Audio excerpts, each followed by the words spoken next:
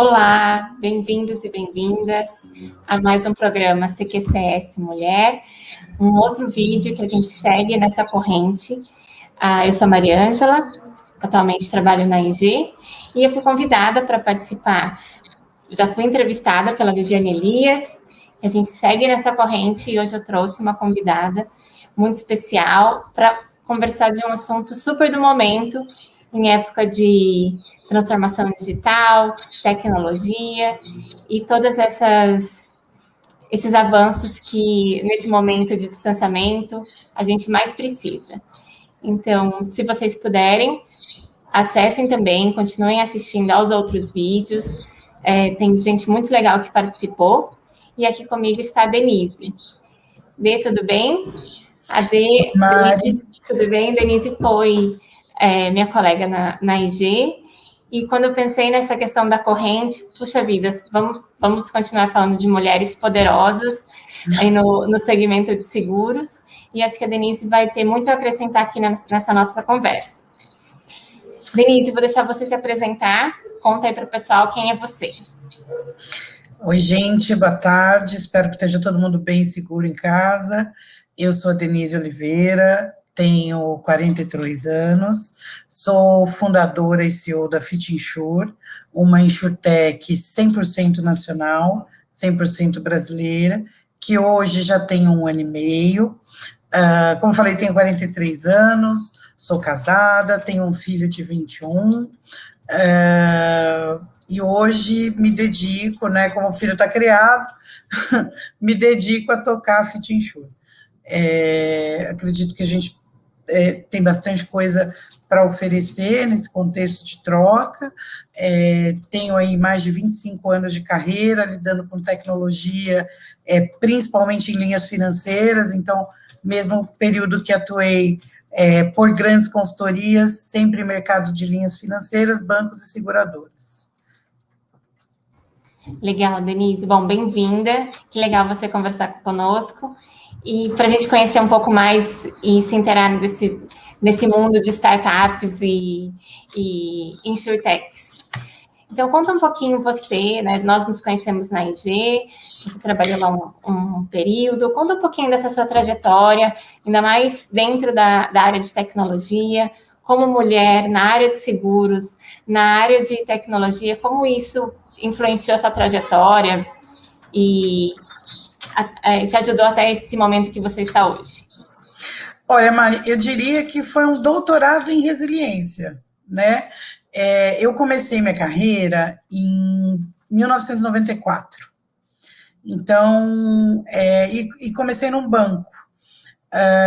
Eu era menor aprendiz no Banco do Brasil, e como tudo na vida da gente, né, eu acho que tem momentos que são épicos e nos ajudam na nossa formação de caráter, na nossa formação profissional, e tem momentos realmente que são desafiadores, que você realmente necessita fazer uma curva de adaptação, né? Hoje, acho que a minha maior gratidão, e é o sentido literal da coisa, é que a questão do diverso, e aí eu acho que tem o ponto do feminino que realmente é muito tangível para mim, né? Eu sou uma mulher pobre, preta, que foi a um mercado dominado majoritariamente por homens, e eu não estou falando só de tecnologia ou só de seguro, né? É um mercado financeiro que é majoritariamente dominado por homens brancos.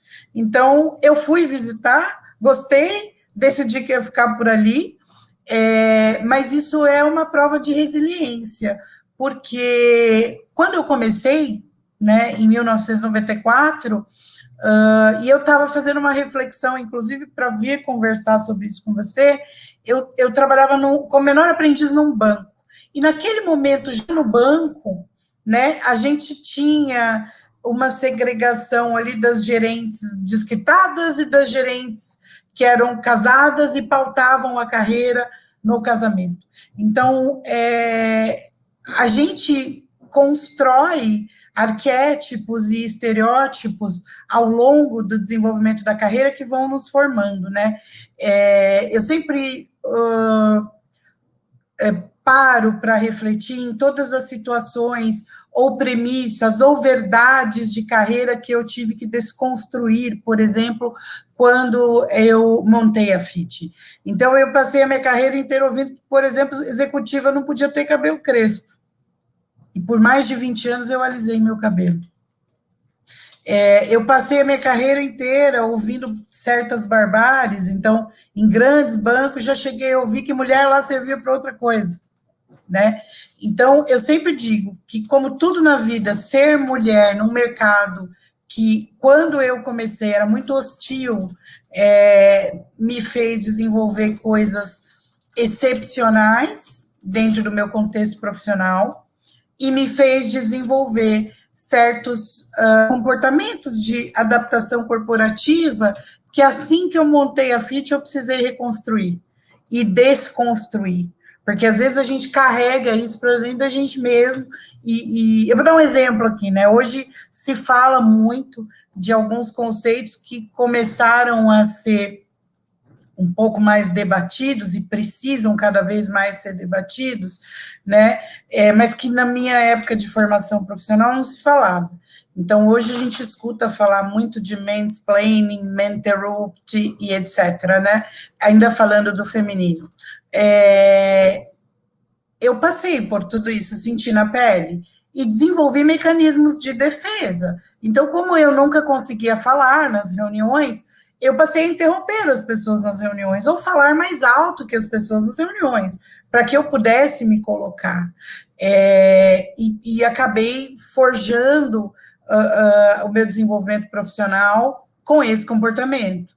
E aí, quando você se coloca num ambiente de neutralidade, que não tem hostilidade, e que a mulher pode ser respeitada e deve ser respeitada, não pelo sexo, pela identidade sexual, não por nada disso, mas pela profissional que ela é, você precisa desconstruir isso, porque, afinal, você não precisa ter a insegurança de que você não vai conseguir falar ou de que você vai ser interrompida o tempo todo. Então, do mesmo jeito que me forjou, em alguns aspectos, também me trouxe a necessidade de desconstruir algumas culturas que eu vinha fazer muito mais depois de fundar a FIT do que nas grandes corporações, porque alguns desses dilemas ou dessas condutas nas grandes corporações ainda são o modus operandi padrão. E é interessante você trazer isso, porque a gente acaba construindo aquela questão, para eu ser respeitada, eu tenho que agir como um homem, ou eu tenho que deixar de lado algumas atitudes que são consideradas femininas, deixar de lado vulnerabilidades, eu sempre sou a forte, né? Exato. E a gente leva isso, inclusive, para a nossa vida como ser humano, porque o ser humano é integral, né? Não dá para ele também ir desenvolvendo. Claro agora, né? Exato. Então, assim, são situações que a hora que você cai na real mesmo, você precisa desconstruir, né? E eu hoje, com 43 anos, depois de muita terapia, eu consigo fazer uma autocrítica no sentido de, olha, tem coisas que até hoje eu não consigo corrigir totalmente, mas a parte boa é que a gente, sendo ser humano, a gente tem a capacidade de evoluir, refletir, tentar arrumar. Então, mas é um mercado que, eu falo, minha maior gratidão nesse momento não só como mulher, mas eu acho que o diverso ter ganho lugar de fala e ter, de fato, virado uma pauta relevante, né? E não é pauta relevante daquela mais ou menos, né? Que o cara vai só para não perder por WO. Então, a gente está falando sobre isso aqui, mas é mais marqueteiro do que de fato. Não, temos hoje, sim, lugar de fala e temos pessoas interessadas em debater, porque eu sempre coloco isso, né? Uma coisa, a gente não pode levar para o tema do diverso as mesmas situações ou circunstâncias que criaram a falta do diverso, né? Então, se a gente radicaliza isso tudo passa a ser mais um ponto de vista radical. Então, eu acho que o segredo que a gente precisa aí é realmente debater, é trocar, é entender, é buscar ter generosidade, compreender o ponto de vista do outro. Então, tudo isso para a gente é algo muito importante, é algo que a FIT nasceu assim, né? Hoje, 75% do board da FIT é feminino e 80% desse board é diverso. Então, a gente tem uma razão, vamos dizer assim, em termos de uma proporção, né, bastante diferenciada do que acontece nas companhias convencionais. Boa, e eu já quero saber um pouco mais da Fit Insure, mas antes eu acho interessante pegar 2 pontos que você colocou aqui, que é essa importância do autoconhecimento, né? Porque não necessariamente que você vai acordar amanhã e, nossa, eu fazia assim e não faço nunca mais, e mudei, acordei. Mas é se perceber e perceber mesmo que eu vejo pelo menos lá na IG, tem os jovens, né? Quando a gente fala em jovens talentos, gente, eles já vêm assim super preparados, super cheio de argumentos e conscientes dessa nova realidade, sendo que algo, até eu conversei com a Viviane quando foi da outra vez, que a gente conversou, o quanto a gente foi evoluindo nessa questão, né? É uma outra geração, a gente conheceu a carreira em um outro mercado e que é muito legal que agora o pessoal mais jovem já entra em um ambiente mais aberto, mais promissor. Isso é muito interessante. Eu acho que tem, assim, eu acho que tem alguns temas, né? Eu demorei muito para perceber que eu era preta, esse é o primeiro deles. O meu pai é negro, e eu nasci numa família de italianos, minha mãe era italiana, uma família bem, diria, bastante tradicional, preconceituosa e racista. E eu demorei muito para entender que as brincadeiras mesmo, vou dizer nesse sentido, né, que eram tidas como brincadeiras, que as brincadeiras, ou os apelidos, ou as formas que eles lidavam comigo, elas não eram afeto. E isso, não é que isso leva para você um problema no seu ambiente profissional, né? Você começa a confundir agressão com afeto. Então, eu tive que fazer muita terapia para entender que eu era preta e que agressão não é afeto, né? Depois disso, sendo criada numa família que tem esses temas, e, de novo, a gente não pode pôr juízo de valor quando está discutindo isso. Foi uma das coisas que eu também precisei me conscientizar para poder falar sobre isso. Eu precisei tratar os meus vieses. Ou seja, haviam certos comportamentos ali naquele núcleo que falavam coisas ruins sobre o que eu era. Então, isso gera muita insegurança. Assim, os pontos que eu acho que a gente precisa tratar acima de qualquer tema, é o ser humano de forma integral, sem rótulo, sem nada disso. E a gente que vem de uma outra geração, é o que você falou. Quando eu falo com o meu filho aqui, ele tem uma percepção e um juízo de valor completamente diferente da criação que eu tive. E ele me ensina muito. Essa geração dele me ensina muito, no geral, né? A gente tem uma moçada muito nova aqui em time de engenharia de software, de desenvolvedor. Essa moçada ensina muito para a gente nesse sentido. Mas a gente que foi criado de outra forma, porque isso vem de criação, realmente é um processo de autoanálise, autoconhecimento, de querer resolver. Eu posso te dar 1000 treinamentos sobre viés inconsciente e você vai saber que o outro se incomoda, vamos dizer assim, com a sua postura. Mas se você não quiser resolver aquela situação dentro de você, dificilmente você deixa de ter o comportamento de forma natural. Não que não tenha que deixar, tem que deixar de ter de qualquer forma, ok? Mas quando isso é de forma natural, quando isso é consciente, é muito mais gostoso. Então, eu vou voltar no primeiro ponto. Eu sou muito grata por finalmente, e aí eu não acho que é o mercado segurador, ou o mercado financeiro, ou o mercado de TI, mas por finalmente a sociedade ter tido disposição para encarar esse debate. E é só a partir dele que a gente vai conseguir, de fato, ter algum resultado positivo no sentido de vir de dentro para fora. E é o que você falou, eu não vou acordar amanhã e falar, estou mudando aqui, a partir de agora eu não faço mais. Não, tem que vir de dentro para fora, tem que funcionar de forma integral. E é um esforço, né? Não é uma coisa simples também. Não, não é. Exato. Não é. Rever esses vocabulários que você disse que você veio na família, às vezes são microagressões que a gente vê com colegas, então é rever tudo isso. E que para você aquilo faz parte do seu cotidiano. E vou além, né? Eu comecei a trabalhar, eu tinha 14 anos. Né? Então, quando a gente usa determinadas terminologias que se usavam nos escritórios, eu acabei de colocar aqui, eu ouvi num dos maiores bancos do Brasil, mulher aqui serve para outra coisa, numa mesa de diretoria.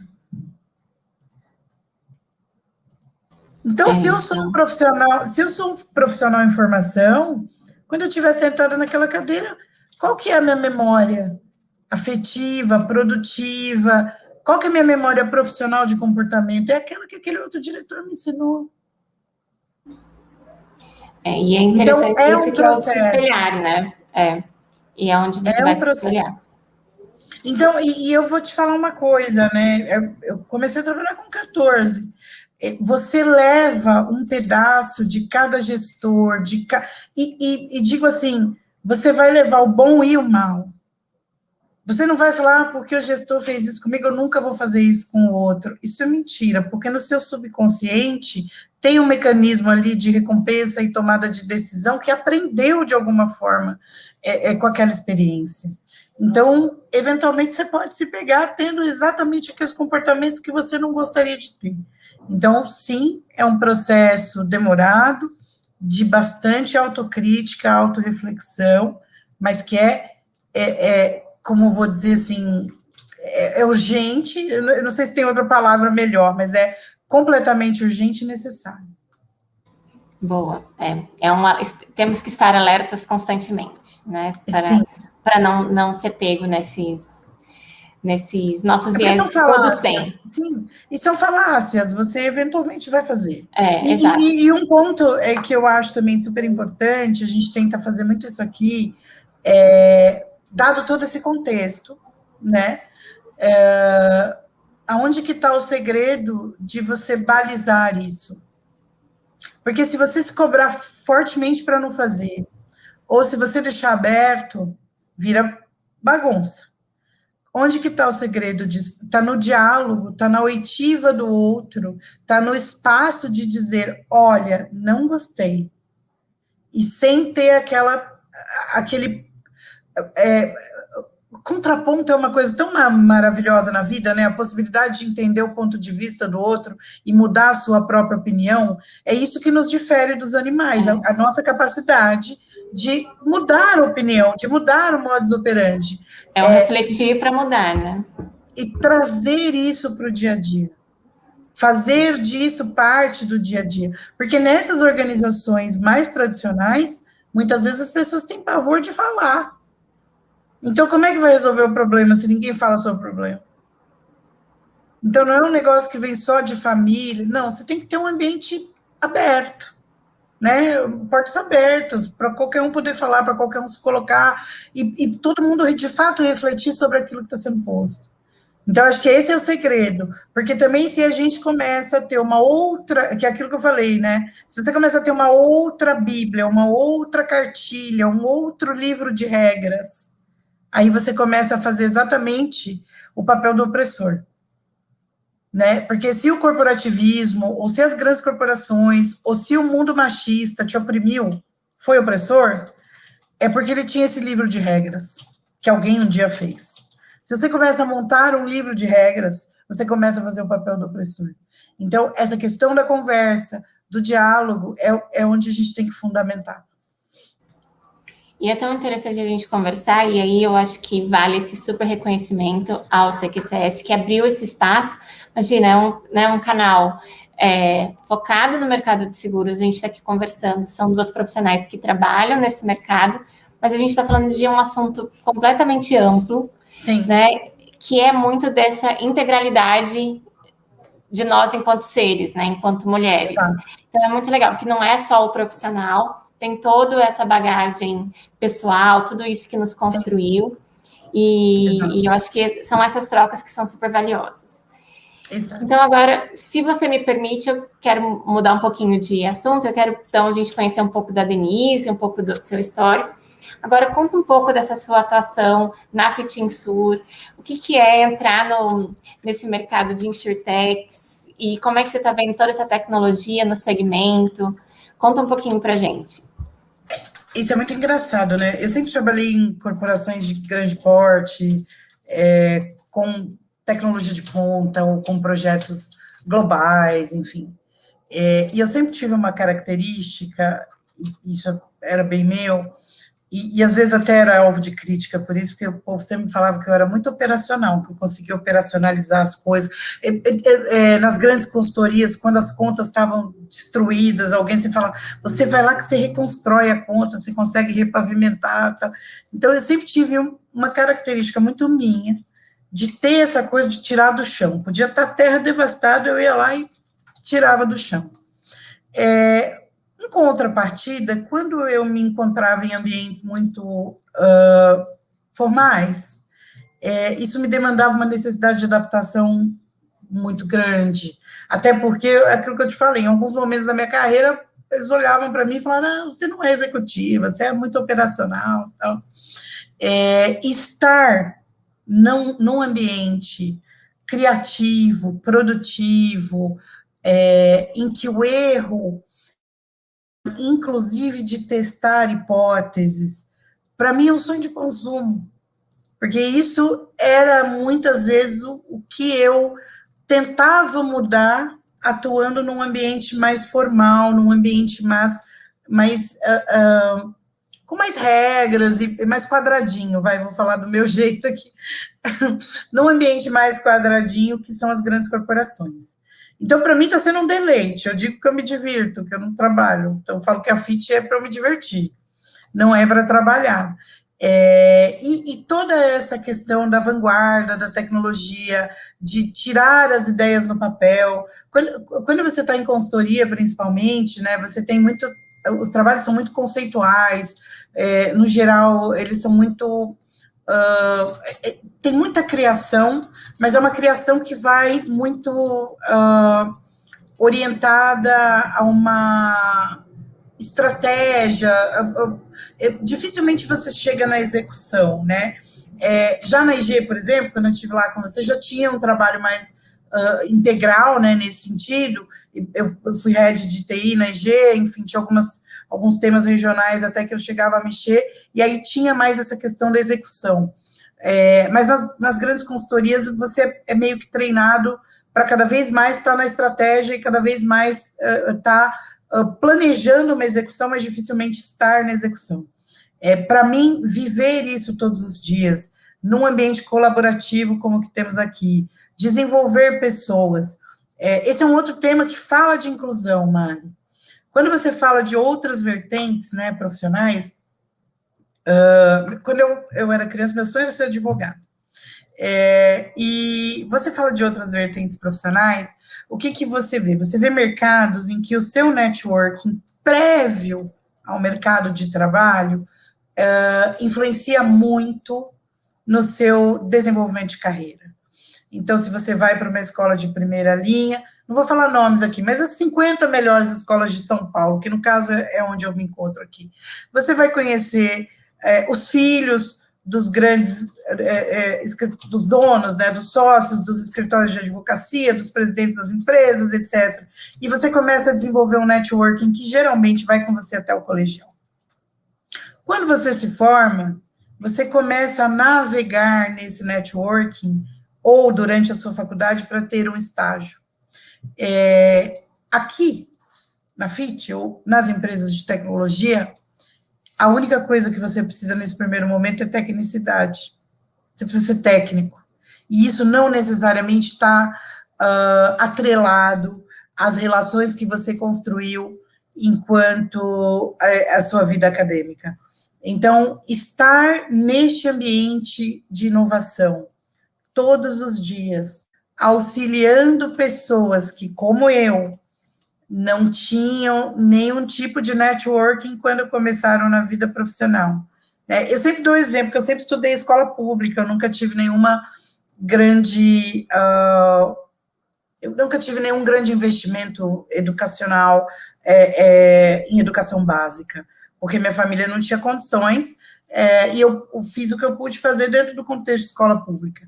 Então, ver estes jovens todos, criativos, ativos, trabalhando, tendo ideias, se desenvolvendo profissionalmente, para que um dia os filhos deles estejam nos 50 melhores colégios, como o meu esteve, nos 50 melhores colégios de São Paulo, e consigam construir seu network, e consigam ir para dentro do mercado de trabalho, sem passar por nenhum tipo de discriminação, ou sem ter o currículo selecionado ou não pelo fato de estar ou não numa faculdade super de ponta, que hoje é destinada para elite, é como um sonho, né?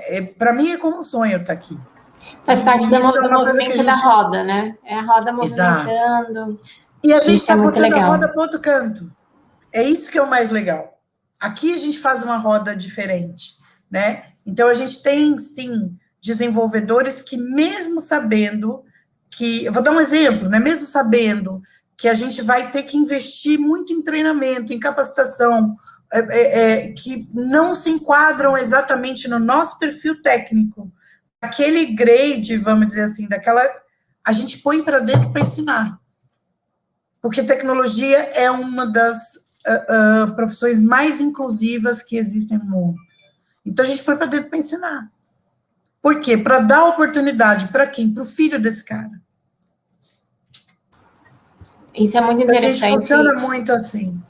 Isso é muito interessante quando a gente pensa em... Até quando, né, você falou de ambiente diverso, esse é um ambiente diverso também, né?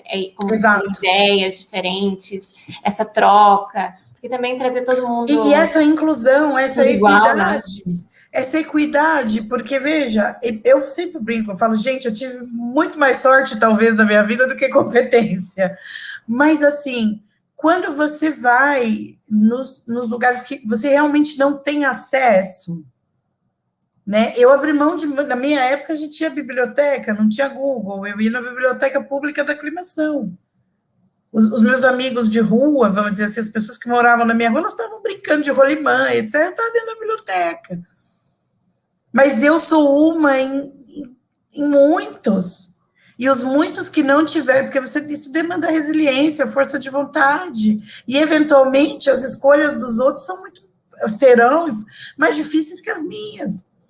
Então, assim, essa possibilidade, para a gente, é um deleite. E a prova maior disso é o patamar que a Fit Insure se encontra.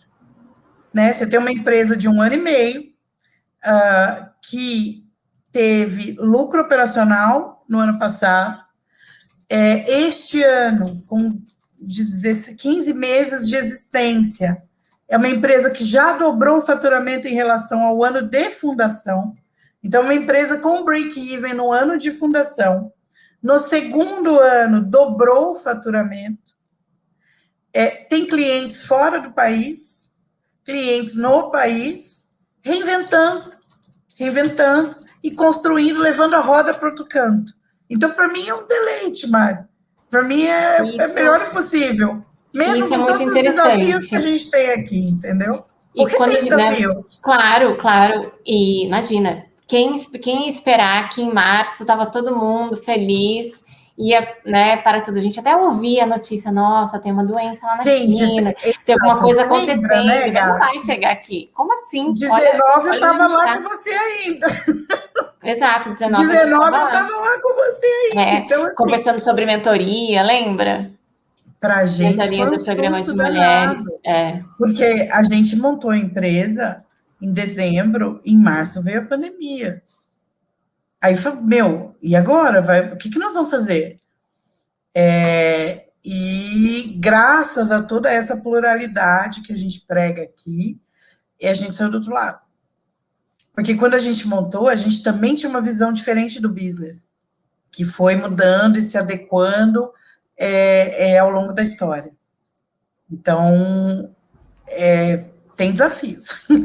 E conta, a gente está aqui nesse ambiente focado, né, dentro do segmento de seguros, muito corretor pode nos assistir. Conta um pouco o que a Fitensure faz, como que ela consegue auxiliar o mercado como um todo, que não é existe até a gente até conversou antes, né, Denise?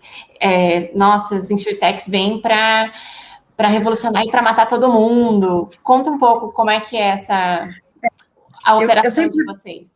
Eu gosto muito de fazer uma reflexão sobre isso, né? A única coisa que veio para matar todo mundo foi quando teve o Stone Age, lá, o Ice Age, que congelou os dinossauros lá e acabou. Mas aí acabou com todo mundo mesmo, né? Então, eu gosto de fazer esse paralelo. E eu gosto, assim, eu sou, de forma geral, eu sempre tento ter um certo conservadorismo em análise, e eu gosto muito de olhar número, porque senão você pode cair no emocional e isso pode te levar a ter uma conclusão um pouco equivocada. 90% do prêmio produzido no Brasil hoje, ele é gerado a partir do corretor de seguro. Então, quando você fala que você vai acabar com o corretor de seguro, você está falando que você vai acabar com o mercado, não? Porque vai te sobrar 10%. E aí eu gosto de ler umas pesquisas que são interessantes, que sempre diz, né, tem uma da Amazon, inclusive, que diz o seguinte, que você, se você perder um cliente, né, é 5 vezes mais difícil de ter ele de volta, ou dele sair da sua carteira, do que você ter um cliente novo. Então, veja, para a gente dizer, né, então, como algumas correntes gostam de dizer que as insurtechs vão acabar com as seguradoras, vão acabar com os corretores, eu acho que o trabalho para acabar, ele demandaria mais investimento do que para construir o mercado de novo. E ninguém aqui está falando que a gente vai construir o mercado de novo. Eu vejo que o mercado tem muita possibilidade, então a gente ainda tem um investimento muito pequeno do brasileiro orientado a seguro, perto do que poderia ser, né? Em economias mais desenvolvidas, você tem um percentual de investimento no seguro muito maior.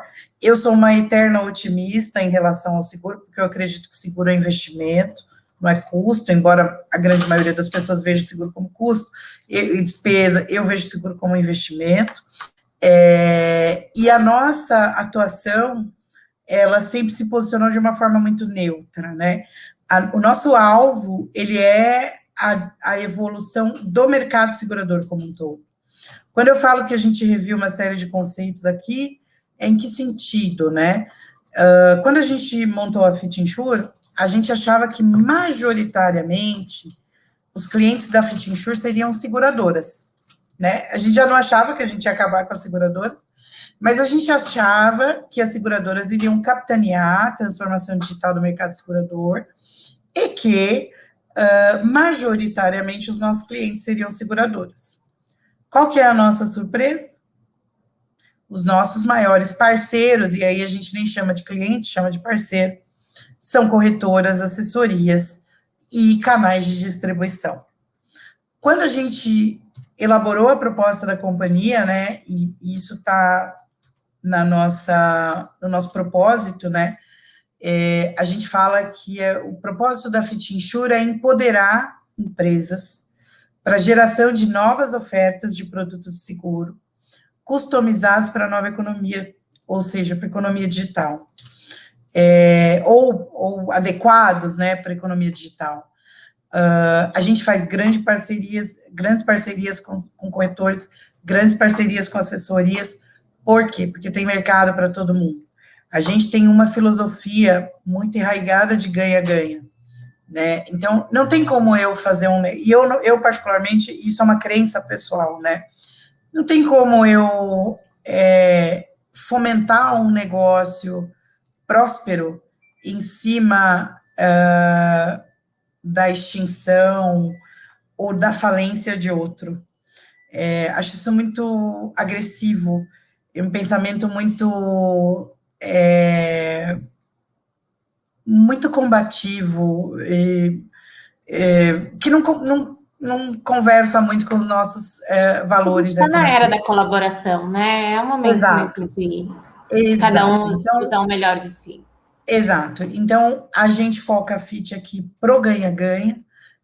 Uma das coisas que a gente faz, e eu acho que a gente faz muito bem, a gente tira o peso do investimento massivo de TI, que geralmente é caro, de empreendedores que, como nós, estão começando e precisam de uma força nesse sentido.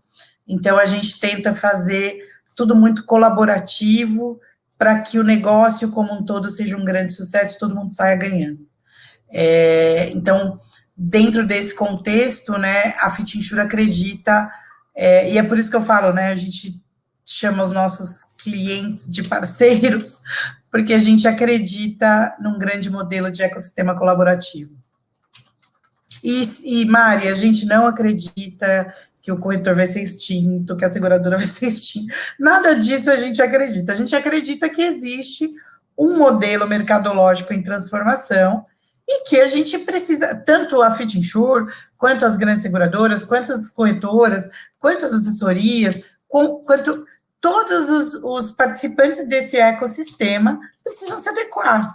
Então, assim, veja, essa parte da verdade absoluta de alguns temas acaba me deixando um pouco incomodada, porque a vida na prática não funciona assim, né?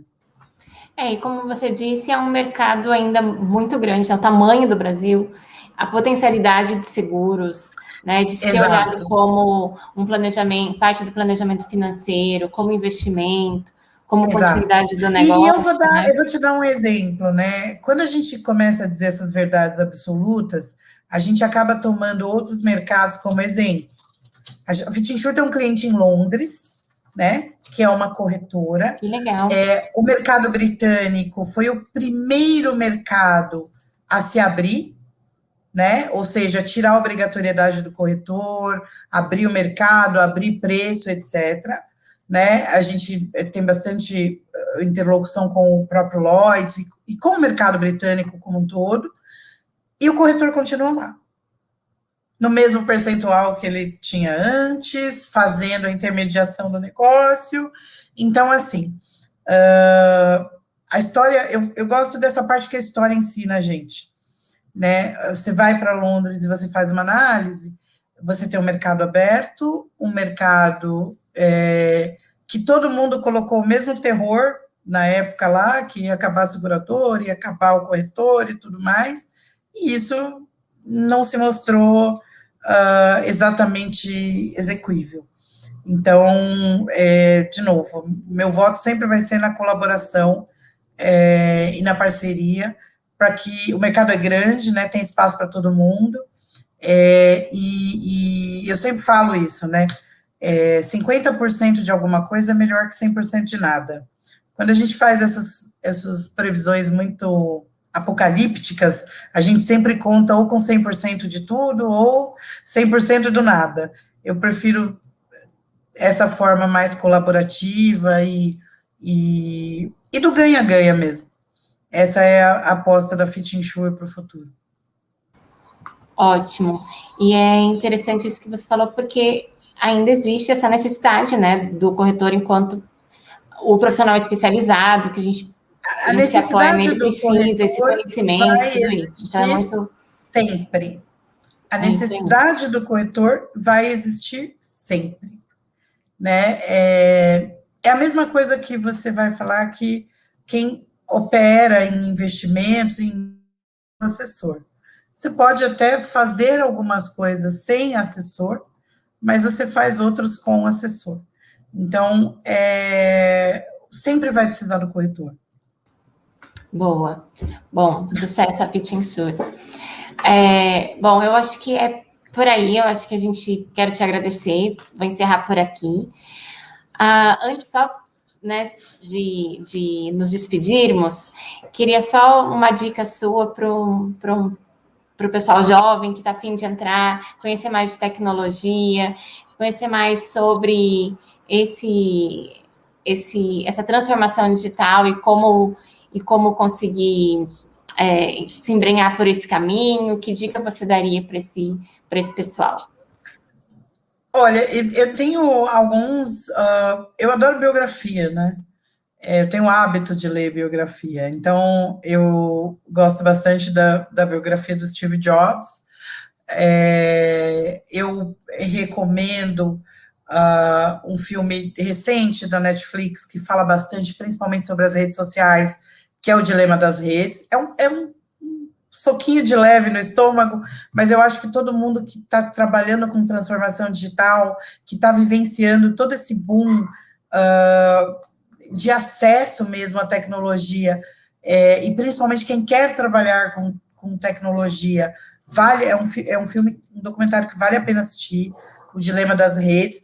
Esse tema não é novo, então, por exemplo, eu estive participando em alguns projetos de marketing comportamental em TI em 2011, então não é um tema novo, vale muito a pena prestar muita atenção e entender o que está acontecendo no mundo em relação a isso. Recomendo a biografia de Steve Jobs, que eu acho muito bacana, e do Bill Gates também, que eu acho que para mim, né, na minha geração, eram ícones muito relevantes quando a gente falava de tecnologia. Boa. Você sabe que quando a gente conversou, a Viviane tinha indicado, também está no Netflix, eu assisti depois da indicação dela, aquele Coded Bias, que Adoro. é sobre a programação, né? Esse viés que, principalmente por homens, que é o viés na programação em si, na tecnologia, reconhecimento facial e tudo mais, achei extremamente interessante, um diálogo que eu, do segmento de comunicação, não conhecia e achei uau! Então, fica também a dica. Bom, Denise, eu acho que é isso. Quero agradecer muito eu que você ter agradeço, aceitado esse convite. Agradeço novamente a CQCS por essa oportunidade. Agora você seguirá com a corrente.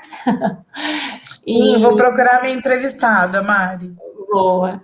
Então, obrigada novamente. Agradeço a todo mundo que vai assistir ou que já está assistindo, se puder conferir os vídeos anteriores. E ficamos por aqui. Obrigada. Tchau, tchau. Obrigada, Mari. Obrigada a todo mundo aí. Uma ótima semana, um ótimo dia. Muito obrigada pela oportunidade de colocar os temas que a gente julga relevante para debate. Então, se vocês quiserem conversar com a gente, falar com a gente, eu não sei se a gente pode dar os contatos, enfim, mas nos procurem, porque a gente está sempre disposto, exato, a gente está sempre disposto a falar. Adoro falar, né, Mari? Mari me conhece, adoro falar. Então, se vocês puderem trocar mesmo, é o que vai fazer com que a gente construa um mundo melhor para a gente viver. Um abraço, gostei muito. Que bom, obrigada mesmo. Beijinho. Obrigada, beijo, tchau, tchau. Beijo, tchau, tchau.